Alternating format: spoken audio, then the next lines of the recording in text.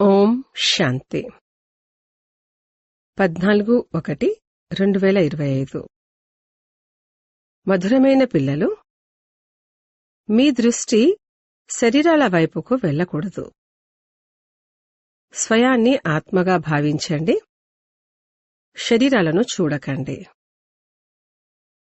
ప్రశ్న: బ్రాహ్మణ పిల్లలు ప్రతి ఒక్కరూ ఏ 2 విషయాలపై శ్రద్ధ వహించాలి?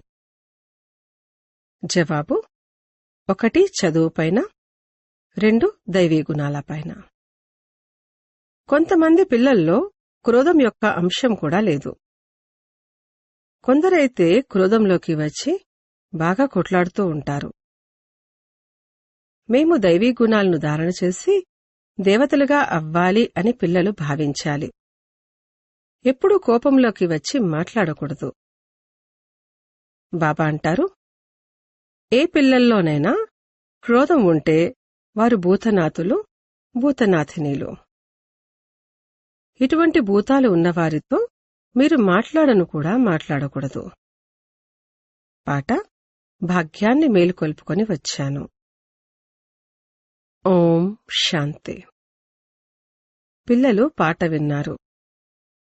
ఇతర ఏ సత్సంగాల్లోనూ ఎప్పుడూ పాటలపై అర్థం చేయించరు.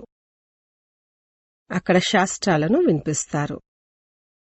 ఉదాహరణకు, గురుద్వార్లో గ్రంథ్ నుండి 2 వచనాలను తీసుకొని కథ వినిపించేవారు కూర్చుని వాటిని విస్తారం చేసి వినిపిస్తారు. అంతేకాని పాటలపై అర్థం చేయించడం అనేది ఎక్కడా ఉండదు. ఇప్పుడు తండ్రి అర్థం చేయిస్తున్నారు. ఈ పాటలన్నీ భక్తి మార్గానికి చెందినవి. జ్ఞానం వేరని, అది ఒక నిరాకారుడైన శివుని నుండే లభించగలదని పిల్లలైన మీకు అర్థం చేయించడం జరిగింది. దీన్ని ఆత్మిక జ్ఞానము అని అంటారు. జ్ఞానమైతే అనేక రకాలుగా ఉంటుంది కదా. ఉదాహరణకు, ఈ తివాచీ ఎలా తయారవుతుంది అనే జ్ఞానము మీకు ఉందా అని అడగడం జరుగుతుంది. ప్రతి వస్తువు గురించి జ్ఞానం ఉంటుంది. అవన్నీ దైహికమైన విషయాలు. ఆత్మలైన మన ఆత్మిక తండ్రి వారొక్కరే. వారి రూపం కనిపించదని పిల్లలకి తెలుసు. ఆ నిరాకారుని చిత్రం కూడా శాలిగ్రామం వలె ఉంటుంది. వారిని పరమాత్మ అని అంటారు. వారిని నిరాకారుడు అనే అంటారు. వారికి మనుషుల వంటి ఆకారము ఉండదు. ప్రతి వస్తువుకు ఆకారము తప్పకుండా ఉంటుంది. వాటన్నిటికన్నా అతి చిన్న ఆకారము ఆత్మది. దాన్ని సృష్టి అద్భుతమని అంటారు. ఆత్మ చాలా చిన్నగా ఉంటుంది. అది ఈ కనులకు కనిపించదు. పిల్లలైన మీకు దివ్య దృష్టి లభిస్తుంది. దానితో అంతా సాక్షాత్కారం చేసుకుంటారు. ఎవరైతే ఒకప్పుడు ఉండి వెళ్లారో వారిని దివ్య దృష్టితో చూడ్డం జరుగుతుంది. మొదటి నెంబర్లోనైతే వీరు ఉండి వెళ్లారు. ఇప్పుడు మళ్లీ వచ్చారు. కావున వీరి సాక్షాత్కారం కూడా జరుగుతుంది. చాలా సూక్ష్మంగా ఉంటారు. కేవలం పరంపిత పరమాత్మ తప్ప ఆత్మజ్ఞానాన్ని ఇంకెవ్వరూ ఇవ్వలేరని దీని ద్వారా అర్థం చేసుకోవచ్చు. మనుషులకు ఆత్మను గురించి యథార్థంగా తెలియదు.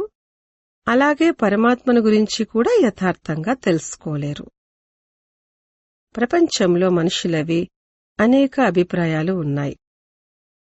కొందరు ఆత్మ వెళ్లి పరమాత్మలో లీనమైపోతుందని అంటారు.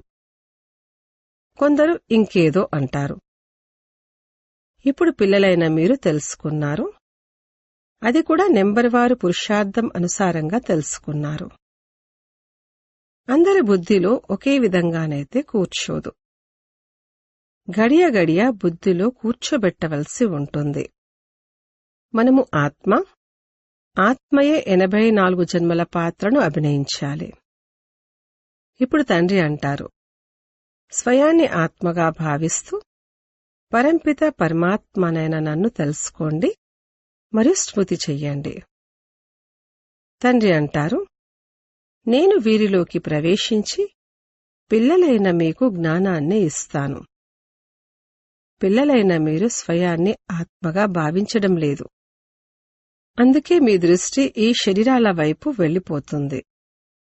వాస్తవానికి మీకు ఇతనితో పనేమీ లేదు. సర్వుల సద్గతి దాత అయితే ఆ శివబాబాయే. వారి మతంపై మనం అందరికీ సుఖాన్ని ఇస్తాము. ఇతనికి కూడా నేను అందరికీ సుఖాన్ని ఇస్తాను కదా అని అహంకారమేమీ లేదు. ఎవరైతే తండ్రిని పూర్తిగా స్మృతి చేయరో వారి నుండి అవగుణాలు తొలగిపోవు.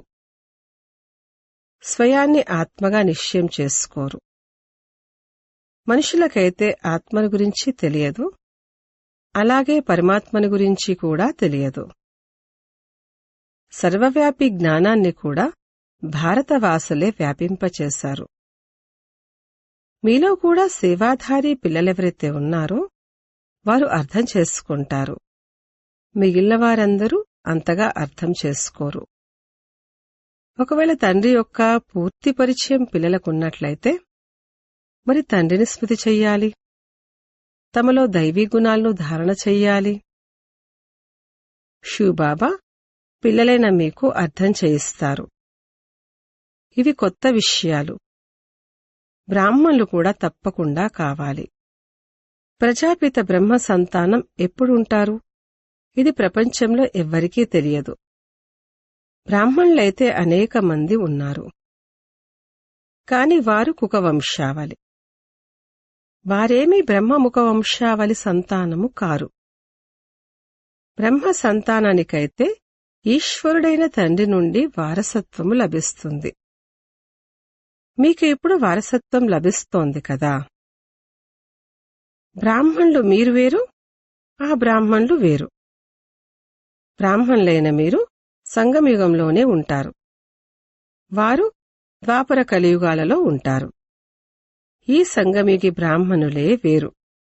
ప్రజాపిత బ్రహ్మకు ఎంతో మంది పిల్లలు ఉన్నారు. హద్దుల్లోని తండ్రిని కూడా బ్రహ్మ అని అంటారు. ఎందుకంటే పిల్లలకు జన్మనిస్తారు. కాని అది దైహికమైన విషయం. ఈ తండ్రి అంటారు, ఆత్మలందరూ నా పిల్లలే. మీరు మధురాతి మధురమైన ఆత్మిక పిల్లలు. ఇది ఎవరికైనా అర్థం చేయించడము సహజం. శివబాబాకు తమ శరీరము లేదు. శివ జయంతిని జరుపుకుంటారు, కాని వారి శరీరము కనిపించదు. మిగిలిన వారందరికీ శరీరాలు ఉన్నాయి. ఆత్మలందరికీ తమ తమ శరీరాలు ఉన్నాయి. శరీరానికి పేరు ఉంటుంది, పరమాత్మకు తమ శరీరమే లేదు. అందుకే వారిని పరమాత్మ అని అంటారు. శివ అనేది వారి ఆత్మ పేరు. అది ఎప్పుడూ మారదు. శరీరం మారితే పేరు కూడా మారిపోతుంది. శివబాబా అంటారు, నేనైతే సదా నిరాకారుణ్ణైన పరమాత్మనే. డ్రామా ప్లాన్ అనుసారంగా ఇప్పుడు ఈ శరీరాన్ని తీసుకున్నాను. సన్యాసుల పేర్లు కూడా మారుతాయి. గురువుకు చెందినవారిగా అయితే పేరు మారుతుంది. ఒకప్పుడు మీ పేర్లు కూడా మార్చాము. కాని ఎంతవరకని పేర్లు మారుస్తూ ఉంటాము? వారిలో ఎంతో మంది పారిపోయారు. ఎవరైతే ఆ సమయంలో ఉన్నారో వారికి పేర్లు పెట్టాము. ఇప్పుడు పేర్లు పెట్టడం లేదు. ఎవరిపైనా నమ్మకం లేదు. మాయ ఎంతో మందిని ఓడించేసరికి వారు పారిపోతారు. అందుకే బాబా ఎవ్వరికీ పేరు పెట్టరు. కొందరికి పెట్టి కొందరికి పెట్టకపోవడం కూడా సరికాదు. బాబా, మేము మీ వారిగా అయిపోయామని అనడమైతే అందరూ అంటారు, కాని యథార్థంగా నా వారిగా అవ్వరు. వారసులయ్యే రహస్యం కూడా తెలియనివారు ఎంతోమంది ఉన్నారు. బాబా వద్దకు కలుసుకోవడానికి వస్తారు, కాని వారు వారసులు కారు. వారు విజయమాలలోకి రాలేరు. కొంతమంది మంచి మంచి పిల్లలు మేమైతే వారసులమని భావిస్తారు. కాని వారు వారసులుగా కారు అని బాబాకు తెలుసు. వారసులుగా అయ్యేందుకు భగవంతుణ్ణి తమ వారసునిగా చేసుకోవలసి ఉంటుంది. ఈ రహస్యాన్ని అర్థం చేయించడం కూడా కష్టమే. వారసుడని ఎవర్ని అంటారో బాబా అర్థం చేయిస్తున్నారు. భగవంతుణ్ణి ఎవరైనా వారసునిగా చేసుకుంటే మరి తమ ఆస్తిని ఇవ్వవలసి ఉంటుంది. అప్పుడు తండ్రి వారిని వారసులుగా చేసుకుంటారు. ఆస్తినైతే పేదవారు తప్ప షావుకారులెవ్వరూ ఇవ్వలేరు. మాల ఎంత తక్కువ మందిది తయారవుతుంది. మీరు వారసులుగా అయ్యేందుకు హక్కుదారులా కాదా అనేది కూడా బాబాను ఎవరైనా అడిగితే బాబా చెప్పగలరు. ఈ బాబా కూడా చెప్పగలరు. ఇది అర్థం చేసుకునేందుకు ఒక సామాన్యమైన విషయమే. వారసునిగా అవ్వడానికి చాలా తెలివి కావాలి. లక్ష్మీనారాయణులు విశ్వానికి అధిపతులుగా ఉండేవారన్నది చూస్తారు. కాని వారు ఆ ఆధిపత్యాన్ని ఎలా తీసుకున్నారు? ఇది ఎవ్వరికీ తెలియదు. ఇప్పుడు మీ లక్ష్యము, ఉద్దేశ్యము ఎదురుగా ఉంది. మీరు ఇలా తయారవ్వాలి. మేమైతే సూర్యవంశీలైన లక్ష్మీనారాయణులుగానే అవుతాము, అంతేకాని చంద్రవంశీలైన సీతారాములుగా అవ్వమని పిల్లలు కూడా అంటారు. సీతారాములను కూడా శాస్త్రాలలో నిందించారు. లక్ష్మీనారాయణుల నిందను ఎప్పుడూ వినరు. శివబాబాకు, శ్రీకృష్ణునికి కూడా నిందలు ఉన్నాయి. తండ్రంటారు, నేను పిల్లలైన మిమ్మల్ని ఎంతో ఉన్నతంగా తయారు చేస్తాను. నాకన్నా పిల్లలు చురుకుగా ముందుకు వెళ్లిపోతారు. లక్ష్మీనారాయణులను కూడా ఎవ్వరూ నిందించరు. వాస్తవానికి శ్రీకృష్ణుని ఆత్మ అదే అయినా వారికి ఆ విషయము తెలియని కారణంగా వారిని నిందించారు. లక్ష్మీనారాయణుల మందిరాలను కూడా ఎంతో సంతోషంగా నిర్మిస్తారు. వాస్తవానికి రాధాకృష్ణుల మందిరాలను నిర్మించాలి, ఎందుకంటే వారు సతోప్రధానులు. లక్ష్మీనారాయణులు వారి యువ అవస్థ కావున వీరిని సతో అని అంటారు. వారు బాల్యంలో ఉన్నారు కావున సతోప్రధానులు అని అంటారు. చిన్నపిల్లలు మహాత్ములతో సమానమైనవారు. చిన్నపిల్లలకు వికారాలు మొదలైన వాటి గురించి ఏమీ తెలియనట్లుగానే అక్కడ పెద్దవారికి కూడా వికారాలు అంటే ఏమిటి అనేది ఏమీ తెలియదు. ఈ 5 భూతాలు అక్కడ ఉండనే ఉండవు. వికారాల గురించి తెలియనే తెలియదు అన్నట్లు ఉంటారు. ఈ సమయం రాత్రి వంటిది. కామచేష్టలు కూడా రాత్రి సమయంలోనే జరుగుతాయి. దేవతలు పగల్లో ఉంటారు, కావున కామచేష్టలు ఉండవు, వికారాలేవి ఉండవు. ఇప్పుడు రాత్రి వేళలో అందరూ వికారులుగా ఉన్నారు. పగలు అవ్వగానే మన వికారాలన్నీ వెళ్లిపోతాయని మీకు తెలుసు. వికారాలు అంటే ఏమిటో కూడా వారికి తెలియదు. ఇవి రావణుడి వికారీ గుణాలు. ఇది వికారీ ప్రపంచం. నిర్వికారీ ప్రపంచంలో వికారాల మాటే ఉండదు. దాన్ని ఈశ్వరీయ రాజ్యము అని అంటారు. ఇప్పుడిది ఆసురీ రాజ్యము. ఇది ఎవ్వరికీ తెలియదు. మీకు అంతా తెలుసు. నెంబర్వారు పురుషార్థం అనుసారంగా ఎంతోమంది పిల్లలున్నారు. ఈ బీకేలందరూ ఎవరి పిల్లలు అనేది మనుష్యులెవ్వరూ అర్థం చేసుకోలేరు. అందరూ శివబాబాని స్మృతి చేస్తారు, బ్రహ్మను కూడా స్మృతి చెయ్యరు. వీరు స్వయం కూడా అంటారు, శివబాబాను స్మృతి చెయ్యండి, తద్వారా వికర్మలు వినాశనమవుతాయి. ఇంకెవ్వరిని స్మృతి చేసినా వికర్మలు వినాశనమవ్వవు. గీతలో కూడా నన్నొక్కర్నే స్మృతి చెయ్యండి అని అన్నారు. శ్రీకృష్ణున్నైతే అలా అనలేరు. వారసత్వమైతే నిరాకారుడైన తండ్రి నుంచే లభిస్తుంది. స్వయాన్ని ఎప్పుడైతే ఆత్మగా భావిస్తారో అప్పుడే నిరాకారుడైన తండ్రిని స్మృతి చేయగలుగుతారు. నేను ఆత్మను, మొదట ఇది పక్కాగా నిశ్చయం చేసుకోవాలి. నా తండ్రి పరమాత్మ. వారు అంటారు, నన్ను స్మృతి చేసినట్లయితే నేను మీకు వారసత్వాన్నిస్తాను. నేను అందరికీ సుఖాన్నిచ్చేవాణ్ణి. నేను ఆత్మలందరినీ శాంతిధామానికి తీసుకువెళ్తాను. ఎవరైతే కల్పపూర్వము తండ్రి నుండి వారసత్వాన్ని తీసుకున్నారో వారే వచ్చి వారసత్వాన్ని తీసుకుంటారు, బ్రాహ్మణులుగా అవుతారు. బ్రాహ్మణులో కూడా కొంతమంది పిల్లలు పక్కాగా ఉన్నారు. కొందరు సొంత పిల్లలుగా కూడా అవుతారు, కొందరు సవతి పిల్లలుగా కూడా అవుతారు. మనము నిరాకారుడైన శివబాబా వంశావళి. వంశావళి ఎలా పెరుగుతూ ఉంటుందనేది కూడా మీకు తెలుసు. ఇప్పుడు బ్రాహ్మణులుగా అయిన తర్వాత మనము తిరిగి వెళ్ళాలి. ఆత్మలందరూ శరీరాన్ని వదిలి తిరిగి వెళ్ళాలి. పాండవులు మరియు కౌరవులు ఇరువురూ శరీరాలను వదలాలి. మీరు ఈ జ్ఞాన సంస్కారాలను తీసుకువెళ్తారు. మళ్ళీ దాని అనుసారంగా ప్రాలబ్ధం లభిస్తుంది. ఇది కూడా డ్రామాలో నిశ్చితమై ఉంది. ఆ తర్వాత జ్ఞానం యొక్క పాత్ర సమాప్తమైపోతుంది. మీకు 84 జన్మల తర్వాత మళ్లీ జ్ఞానం లభించింది.